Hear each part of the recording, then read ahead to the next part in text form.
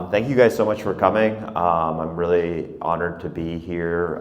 Thank you, Lee and Emma and the board, and also Garth Green and Gallery, and also my partner Heidi Howard.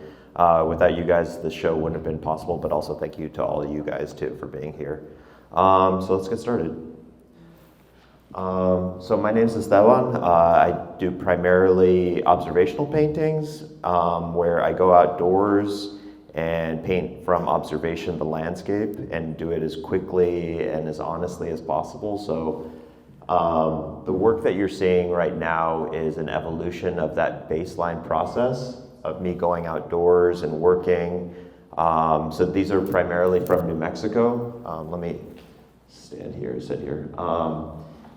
And I like to think of it as building multiple dimensions or multiple layers of scene imagery from a specific site. So this is from northern New Mexico, where Georgia O'Keeffe painted, and I'm thinking about ecological thinking, how plants see how ecosystems relate, and also thinking how that could be related to our worldviews of, instead of being so individual and competitive, how we can model ourselves towards being more ecological, how some plants grow next to one another and how some plants don't.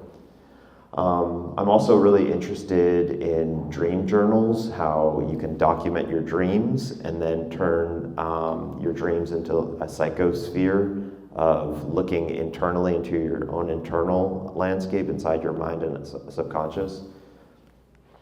So like the desert, but also the ecologies of the Southwest serve a lot as like an anchor, but also like the histories of surrealism from Frida Kahlo to Yves Tanguy to Salvador Dali to Diego Rivera. There's so many ideas of surrealism also in my work. So I'm going to start at the beginning before I was born. These are photos of my dad's card for the Chicano movement, but the Brown Berets that he was a part of.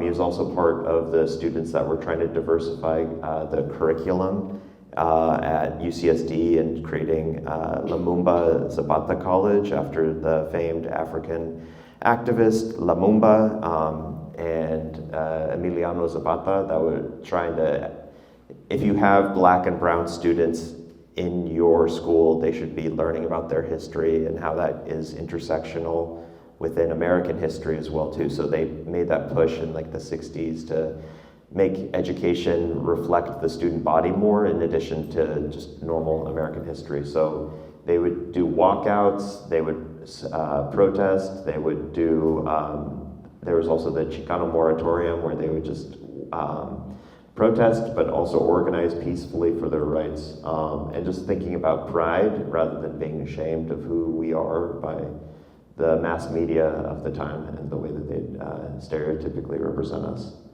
So can I do that one? I don't know. Let's see. So part of the imagery from this show that you guys are seeing is also imagery from when Cesar Chavez was organizing for the Delano grape strikes, advocating for fairer working conditions for off-paper workers, but also migrant children that were working, you know, imagine like 6-year-olds or 10-year-olds working in the fields, picking. So this image is thinking about how he'd march and directly get people off the line. And sometimes he'd get in trouble, he'd get pushed around by the growers, but he was really successful. And it was nice talking to some of you guys last night about, you know, our rights as American citizens, knowing our constitutional, just basically knowing our constitution that we have inalienable rights. And I think that was something that Cesar Chavez instilled into everybody he was working with. It's just, you know, as Americans, we all have basic human rights, but also the Constitution and the Bill of Rights is inalienable, and that it's so insignificant for a democratic society. And so also I wanted to put in Dolores Huerta on the right, who advocated and initiated the grape workers strike in solidarity with the Filipino farm workers, Larry Itliong, and if it hadn't been for Dolores pushing Cesar to follow rank and show solidarity with the Filipino farm workers, it wouldn't have happened as it had. So it's a lot of intersectional, but interracial and intergendered solidarity that I'm interested in this work. But also, you'll see like in some of these paintings around you, how there are ladybugs or different bugs in certain situations, but then you'll notice in this painting, there's not any ladybugs because there's not as much of a healthy ecosystem because they were using pesticides at that time. So, but this is also just, I'm into surrealism a lot. I'm into telling stories. This is from Bless Me Ultima, the story by Rodolfo Nayo, Chicano writer from New Mexico. So I'm also interested in witchcraft and indigenous ways of knowing and casting spells through painting, and how painting is kind of like a form of magic. This painting's on exhibit here.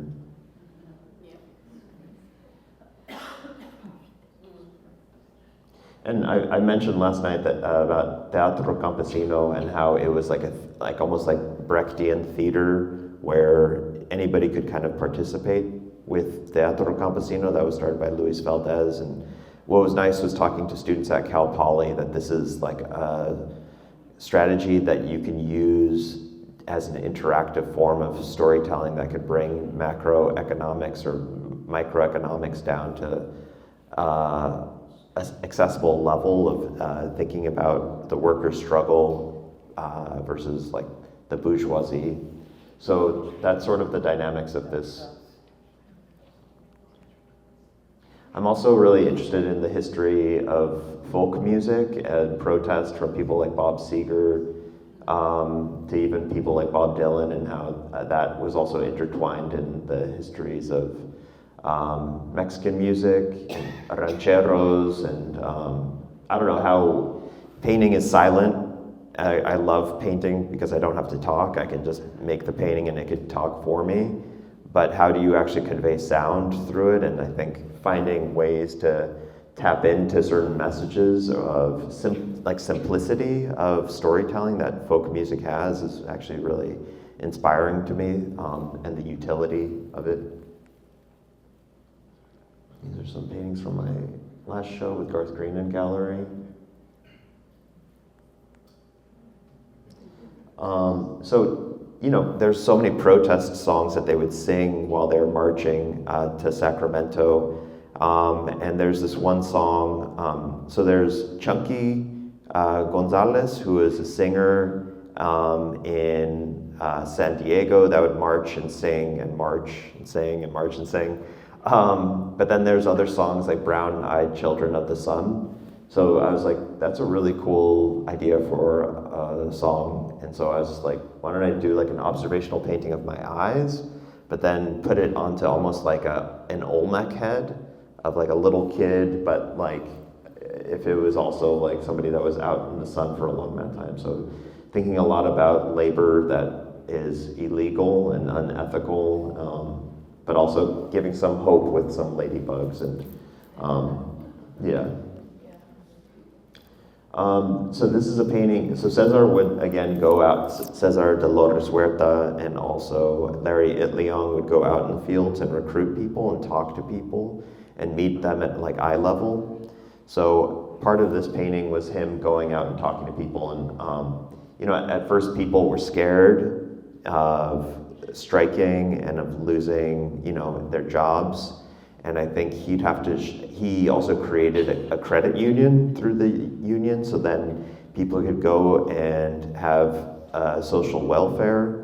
And I think, you know, whether you look at like the Black Panthers 15 or 16 point program, it wasn't about violence with a lot of these black and brown movements. It was just about taking care of your community when the government specifically ignored you. So, you know, he was incentivizing them to like think about their rights as Americans and what progressive movements they could do together. So I was thinking, there's not a lot of people there, but there's like a spider woman behind him that's like almost like an ancient relative that's like anointing him and giving him support, and also maybe like an ancient invisible uncle or grandfather, uncle, cousin, whatever. And I think about that all the time, even for all of us when we're scared or we don't know, where we feel alone. We always have like our ancestors invisibly behind us supporting us wherever we go, and they give us power. So this is like a process shot of one of my paintings that I did at Parker Gallery last year in LA. This is on exhibit at Frieze, so this is like the idea of the credit union. Oh, thank you so much, Emma. Emma's the best. She just got me a coffee because I am a caffeine fiend. So I'll try and not shake my way out of my body. Yeah. Okay, great, thank you. So this is like a credit union that they had set up where they had a ledger. They kept, if you paid your union dues, you got support to feed your family. And back then, inflation isn't what it is today, so things could have very different prices, but people were able to support themselves. And when the police would go in and do raids, they'd just be like, what is this? Is this like a piñata factory? And they're like, no, it's a credit union, and we're able to support our union members. And they tried to shut down the credit union, but Cesar knew his rights, and he was like, do you know the Bill of Rights? And just, do you have a warrant to come in here and do any of this? And they didn't. So he was able to, like, just by knowing the law and knowing the Constitution, and was able to keep this credit union alive. And so my dad was a bodyguard, so he'd have to also be on the periphery of everything going on, not be in the center stage like I am right now, but be able to be on the periphery at a moment's notice and take down the temperature from a very high temperature to a lower temperature. But that was sort of the inspiration for this painting. And I think right now too, intersectionalism and thinking across racial and gender lines is something that we're really going to have to think about for humanity and for democracy to exist in the future. And so my parents were really involved with not only the grape boycott, but the lettuce boycott. And you can see Coretta Scott King, Martin Luther King's wife, with Cesar Chavez. And I just like this logo, so that's also where some of the logos kind of come from. I love all the iconography from the 60s. It just has such simplicity, brevity, and just saturation and sharpness. So this is, I kind of want to make a painting of this. This is when my dad was a bodyguard for Angela Davis when she was teaching Marxism at UCLA, and Ronald Reagan was the president then. He was the governor then, and he got her fired, and then there was threats against her life from the Ku Klux Klan. And so my dad, who's like on the right with the arrow, and some of his other friends, that's Dr. Herbert Marcuse, who was part of the Frankfurt School of thinkers from Germany that left Nazi-occupied Germany. No, it's all good. It's okay. So Dr. Herbert Marcuse was her mentor and taught her all of Marxist theory from Germany that survived World War II and that he was able to bring into UCSD, and really helped her advocate for a rigorous appraisal of philosophy, and that she brought into UCSD. So that was a photo that, it's really inspiring now, and Angela Davis is still really inspiring today too, so. Okay, so I just wanted to do like a land acknowledgement too. I'm from Tijuana, my mom's from Tijuana, and then was born on the other side. But I just wanted to get us to think about the land that we're on now, who used to call this place home, whether it's Chumash or indigenous communities like the Yaqui, or even the Aztecs or Apaches. For us to think about that type of history and the continued colonial segregation and apartheid state that exists from where I grew up, But also growing up in Tijuana and visiting cousins and stuff like that, you just see like the rascuachisme of just how they, with whatever available, you build things and make structures and stuff like that. And there's so much artistry, but also humanity. And as much as Tijuana gets like a bad rap, it's actually like every time I've gone there, it's been really chill and nice to hang out with family. And I've gotten better dentist work done there than in San Diego, so, and for cheaper too, so. Oh, I'll just go quickly. How am I doing on time? 15 minutes? Okay. So these are some petroglyphs that I was really interested in also. So like, you know, this is like contemporary graffiti that you see on the walls here, but I was always like, what could kind of be like ancient graffiti? So I was continually trying to retrace my indigenous ancestry in the Southwest through petroglyphs and obviously talking and meeting with community members that my family is related to, and just, I don't know, it's like a cool, because you're literally standing right where the artist stood when he was making it, and also it's like in community with all these different ecologies and stuff like that, and out into the celestial night sky as well too. So I encourage you guys to go check out petroglyphs and to also, you know, protect them because sometimes they get damaged. So I made this painting, Water is Life, around the Dakota Access Pipeline protests, and this is a protest that was going on, and I just kind of abstracted it. This is also around 2017. This is called Prisoners.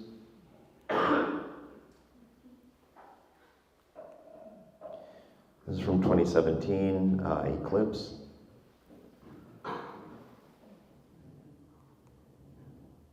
Rise of the Jaguar Corn from 2017. And then I moved with my partner Heidi Howard to Amsterdam to do the Rijksacademy residency, and I think I was in New York for so long that I was finally able to like spread my wings out in Amsterdam, and they had like a full ceramics facility, CNC electronics, wood shop, metal shop. So it was a really great opportunity that I was able to start experimenting with all the ideas I had built up for doing three-dimensional projects in New York, but was able to do all these things. So, and then with this installation and my larger ambitious ones with plants, but also with my sculptures, I do it in collaboration with my partner, Heidi Howard. So she was able to look at different plants around and think about what could grow inside, and some of those pots are actually hers as well too. And that's actually kind of where I started to get ideas of how you could host like life to grow outside of yourself. Like up until then I was thinking more of like static, monumental things. So that same masking technique that I do in that painting right there, actually, I applied it onto this sculpture, this terracotta sculpture from mud from New Mexico, and then masked it off as a petroglyph and put it onto so here's some detail shots. And then this is my final year in 2018 at Rijksacademy, and I just went completely ambitious to think about how certain Mesoamerican and Native American objects are locked into museums' collections, and how indigenous tribes can't repatriate objects back to their original tribes for proper burial of remains, or just really important ancestral artifacts too. So I was like, okay, if I can't take these things out of the Metropolitan Museum of Art's collection, how could I like recreate them for utility or storytelling in a time of like earthly crisis? So this is sort of the temple for persistent spiritual resistance against settler colonialism. So you'll see this recur in the different slides, but it reminded me of like a Buddha, but it comes from Guatemala, this escuintle figurine that will be featured again, and I actually just recently got it back too, which is really, really great to see it again after a few years. But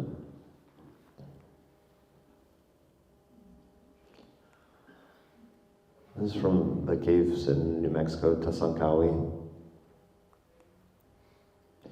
Around this time was when they had the migrant crisis at the border that Trump artificially created and hyped up on the media. And so I was thinking about, all my relatives that go peacefully back and forth every day to do work in San Diego or National City or Chula Vista, and then just go back home. And you got to imagine when you're waiting in line in Tijuana, it's like hours you have to go and commute each way. And I think we alienate or have xenophobia around indigenous and Mexican workers that have been moving for thousands of years. And so I'm also really interested in science fiction and how you can use that as a way to talk about otherness or alienation or literally like aliens. I kind of grew up in the 1990s when Aliens and the Roswell thing was having its 1995 anniversary, so I like the idea of aliens and playing with the idea of illegal aliens too. So this is from Carrizozo, New Mexico, and Three Rivers petroglyphs. And then this is when I had my first New York show in Bowersley. This gallery doesn't exist anymore, but when students ask me how to get a gallery and stuff like that, I tell them it takes time, so just wait for the right person to come. Don't try and force it, because I tried for many years, and it wasn't until 2019 that I had this show. And it was really a rock star event and got really good footage and through the New York Times. And one of the paintings on the exhibit was this painting, Fear, on the left. But I titled it something different, but it was in reference to the child separation along the US-Mexico border that was happening. So I was thinking about how much invisibilized labor women have done to create humanity and support humanity, but also the trauma that the US government and all colonial empires use to separate people from their children, to manipulate them and demonize them. So this was a painting that I actually sampled from Jean Quick-to-See-Smith, the Salish Katooni painter, impresario, my mentor, who's just recently passed away. But whenever I'm kind of lately in doubt about what to do about things, I'd just be like, what would Jean do? And this is a painting, there's like a Frida Kahlo head in there. But then there's just also so many other art historical references in it. But I just like the idea that, if you get inspired by somebody, you can sample and remix it for your own ideas and how these things can be utilized to express continued truths and stuff like that. So this is an installation I did at Drawing Center also. Another installation I did at the Drawing Center around the same time. And here's some footage of me painting outdoors. My mom shot this footage, which was really nice. But I just like how funky but honest the cave paintings are of the northern New Mexico tribes. And I'm part indigenous because as the Spanish came into New Mexico, there were only men that came on these expeditions, and so inevitably they intermarried with indigenous communities of New Mexico. So my mom's from Mexico, part indigenous from Mexico, and then my dad's part indigenous from New Mexico, and his family's been living there for time immemorial as like being spliced. And I think the beautiful thing about humanity is that culture is changing and that more and more interracial people will rise in this country, and I think we should celebrate that rather than being fearful of that.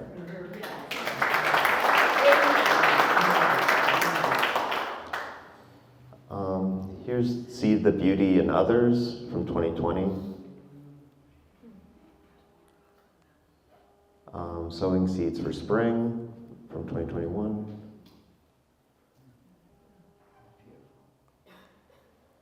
Besar la Tierra, Kiss the Earth. Here's some more footage of me painting. Oh, what? All right, whatever.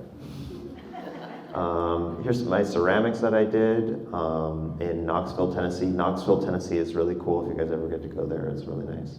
I did these at Mighty Mud, the ceramic place. That's really awesome. And then I was, this is around after the pandemic, during the pandemic, I met Garth Green in gallery through John Quick-to-See Smith, my mentor, because of just all the different connections and stuff like that. I was fortunate enough to start showing at Garth Green in gallery, and my gallery director, Hugh O'Rourke, is in attendance, and he's been like the innovator and levitator of my work and my process, and this was the first show that I got to do with them. And it was really nice just to think about how bodies could be passageways or portals towards, I think after COVID, more interconnectivity and acknowledgement of our place in the cosmos and on Earth. So I don't know, it's been fun working with Garth and Hugh because they're just thinking across art historical lines, but also how can you innovate the field of painting and sculpture to moments that haven't been done before too. So we're always bouncing ideas off of each other and thinking about ways to push each other. And this is a bronze sculpture that I did for my first museum show at the Momentary Museum. It was like the largest direct burnout bronze sculpture that UAP Foundry had ever done. And so earlier I kind of talked to you guys about the Escuintle figurine from Guatemala. And I made a larger version of this, and this is currently on exhibit in LA, in Los Angeles, at Parker Gallery on Melrose Avenue, 6700 Melrose Avenue. So go check it out, Parker Gallery, and they've been working really great with my gallery, Garth Greenan on the East Coast, and then now Parker Gallery represents me on the West Coast, and they have this. So I was doing facial casts of my body where I'd make silicone molds and cast body parts, like ears and fingers and my face, and then adjust it to make it look more totemic or ancient or something like that. And then also casting organic things that would directly burn out when you take it to the foundry. So here's just some process shots. I love process sometimes more than the outcome, but also vice versa. I'll just talk loud. I think the mic went out. All right, cool. Here's a process shot of me doing thank you. Of working at the foundry, which was really fun. So each section they put into like these sand containers, because if you pour too much, they'll explode and all this liquid metal will shoot all over the place. And Hugh might, gallery director, knows more about this and can talk more about this. But these were some of the, when it was fresh out of the foundry. Thank you so much, Emma. Emma, round of applause for Emma. Cool. Oh shit, sorry. Okay, so these are some of the test pieces, or like the final pieces before we really zhuzhed them up. And so I didn't put a patina on the sculpture at all, so then it would get naturally oxidized. And I like how art, when I grew up, I went to like the San Diego Art Museum and stuff like that. You weren't allowed to touch things, and that's okay, whatever. But for me, like with my sculptures, I love letting people touch them and interact with them. And the oils on your hands can like oxidize and change the patina to different colors too. So like, at the opening a couple days ago at Parker Gallery, there's a little kid that wanted to touch it, and I was like, yeah, go ahead and touch the sculpture, and it was really great. So these are some sample pieces, and then this is the sculpture in place, and it was really great to collaborate with horticulturalists there.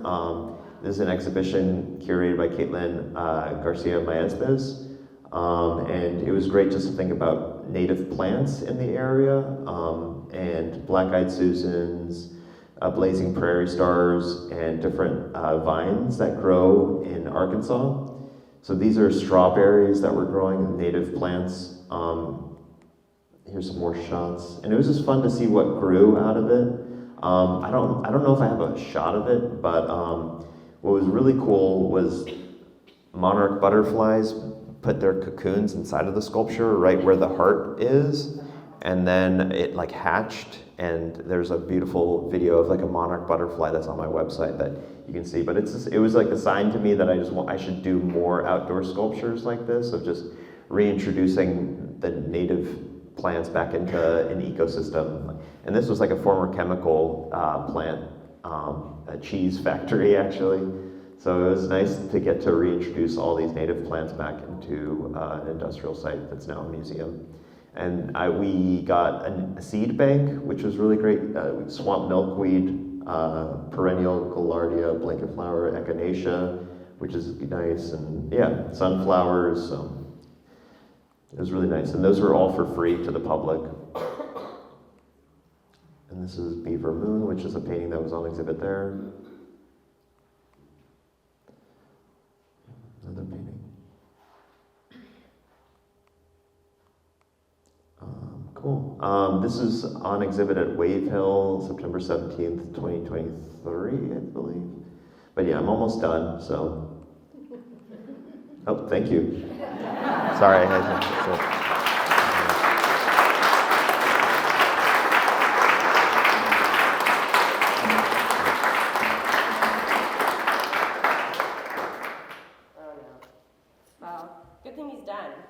And we do have time for a few questions, so if you just want to raise your hand and I'll call on you. I think we have time for 3 or 4 questions before we wrap up. Yes? Thank you. Your work is both emotionally powerful and much of it is very spatially large. I'm wondering if there's any prospect of your work aligning with the great long mural tradition, where it can be part of public gatherings of people who don't go into galleries, but are simply present and passing by all the time, and your work can be available to help communities find their power where they're living all the time. Yeah. Thank you so much. Awesome. Yeah, I would love to do more mural projects. It's growing up, going to Chicano Park where they would have murals there. At first I was like, like growing up as a kid, I took it for granted. And now in hindsight, it's like, yeah, the murals, public art, that's so important to democratize art education, but also accessibility. So I love doing murals, and I'd love the opportunity to do that because I think it's so valuable and makes things more accessible and makes the community feel a part of art. I have a tiny question, Yeah. very specific. In the painting that had the Spider Woman in it, there's a tiny little figure of a woman tucked in. What was that? Oh, yeah, let me go back to it. Oh, yeah, sorry. Thank you, Emma. Emma's the best.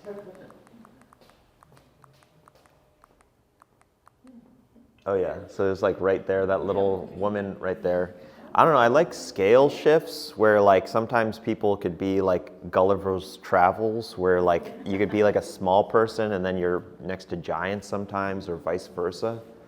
And how scale can shift, but also I love magical realism, to not just be fantastical, but kind of think about larger truths about inequity and access sometimes. And that was sort of the idea before. I just go completely wild and intuitive with my own stream of consciousness as well. So, yeah. Thank you. Yes, Rita. Hi, amazing work. Thanks. I'm really excited to see what that King David Davis would look like.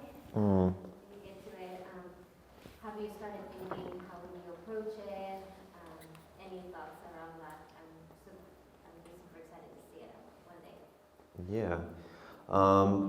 I think a lot of oranges and browns and reds. I mean, just the voluptuousness of that like scene and that energy of that time, but also still how sharp Angela Davis is, to see how insidious certain power structures exist, and the idea of the liberation struggle and abolitionist ideas that she still stays motivated today. It's like motivates me and thinks, how can I motivate my generation to get up and stay optimistic and hopeful no matter the circumstances? So it's really, I love color, what color can do, and how you can seduce people that might believe something completely different from you into the revolution, you know? And that's the beauty of art, how you can kind of like bring people in through beauty and get them to be more curious and not tell them what to believe, but just get them to believe or get them to feel emotions. Because I think we're just inundated with things like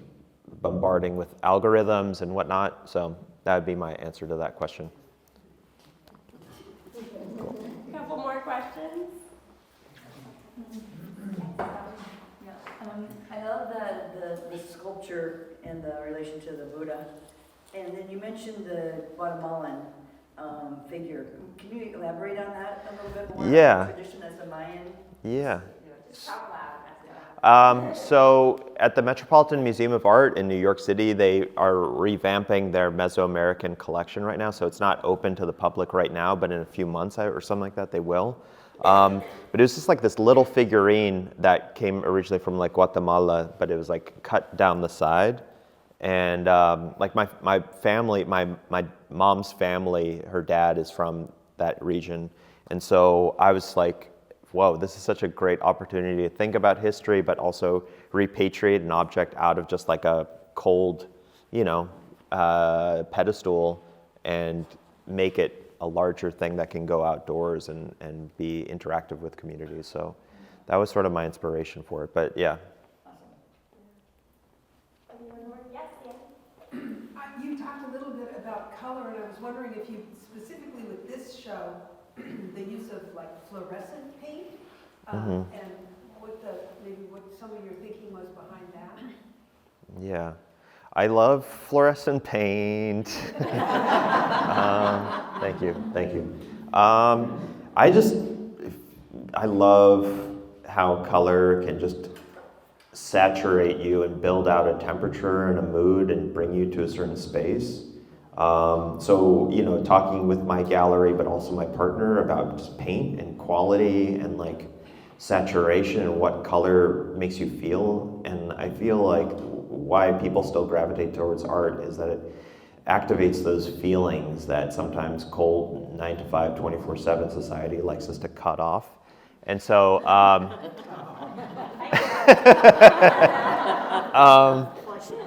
so yeah, I really love like geeking out on color and thinking about different ways that color can really build a mood. And yeah, fluorescent colors are awesome.